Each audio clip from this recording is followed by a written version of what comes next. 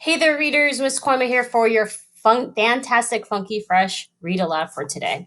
So, readers, I am so excited to share with you a very special read aloud because this week we started learning about the American Revolution.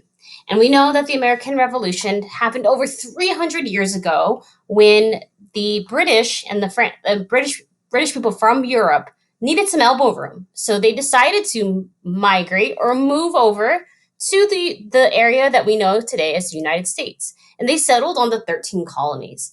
And so we know that they came here for more land, more freedom, but we know that they had to remain loyal to the King of England, King George III. And so it was good at first, but we all know that some things happened that caused some tension and some problems between the colonists who settled in the 13 colonies here in America and the King of England and the British government. Because remember, the British government still ruled over the colonists and they had to do whatever the British government said or the British Parliament said.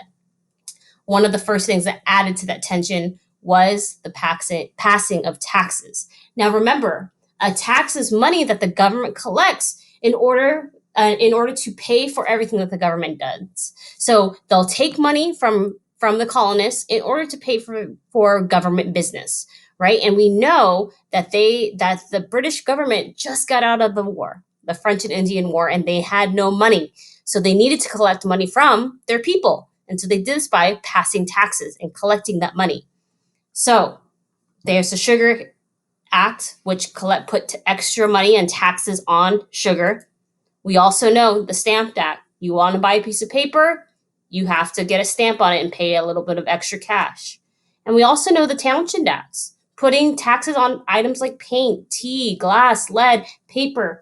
Colonists had to pay extra money if they wanted these things. And this added more tension and anger between the colonists and the British Parliament. Now, today, readers, I wanted to share with you a very special read aloud. And so I'm going to get out of it here and I'm going to actually show you this book here. This is a book called Liberty, and it's called Liberty: How the Revolution War Began. And it was written by Lucille Penner. And today I wanted to read with you a chapter all about those taxes and how it made the colonists feel. And readers, today as I read, I want you to think about what is the main idea? What is it teaching us about? Remember, good informational readers think about the title, all the information, the captions, all the details, and they take all that information and they ask, what is this section teaching me about? So as I read this chapter, Sneaky Taxes, I want you to think, what is the main idea of this chapter? You ready? Let's go ahead and get to work. I'm going to move this up here. All right. Sneaky taxes. So that can give us a clue of what this chapter is going to be about. Sneaky taxes.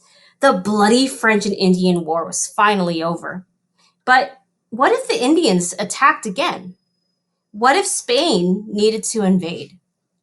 Now, the British were still afraid of losing their colonies, so they decided to keep an army in America.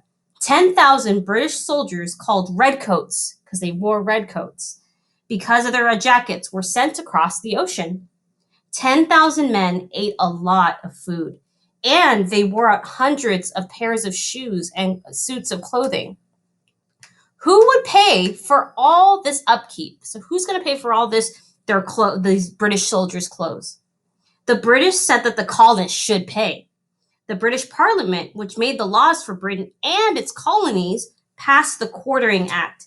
It said that the colonists had to provide quarters or places to live for all the redcoats stationed in America. What do you guys think of that? Then the British thought of another way to raise money from the colonies. They would reinforce the Navigation Acts, which had been passed in the 1600s but never implemented. The Navigation Act said that the colonists had to buy almost everything they needed straight from Britain, even when a product could be brought more cheaply from some other country. Now let's go ahead and read this caption here. So I see a man putting bricks or building something. Why couldn't the British raise money at home? The British people were already heavily taxed. There was even a tax on windows, so poor people bricked up their windows to avoid paying the tax. Whoa, crazy. All right, let's go ahead and continue. And not only that, they also had to sell almost everything they produced to Britain, even if they could get better prices elsewhere. It just didn't seem fair.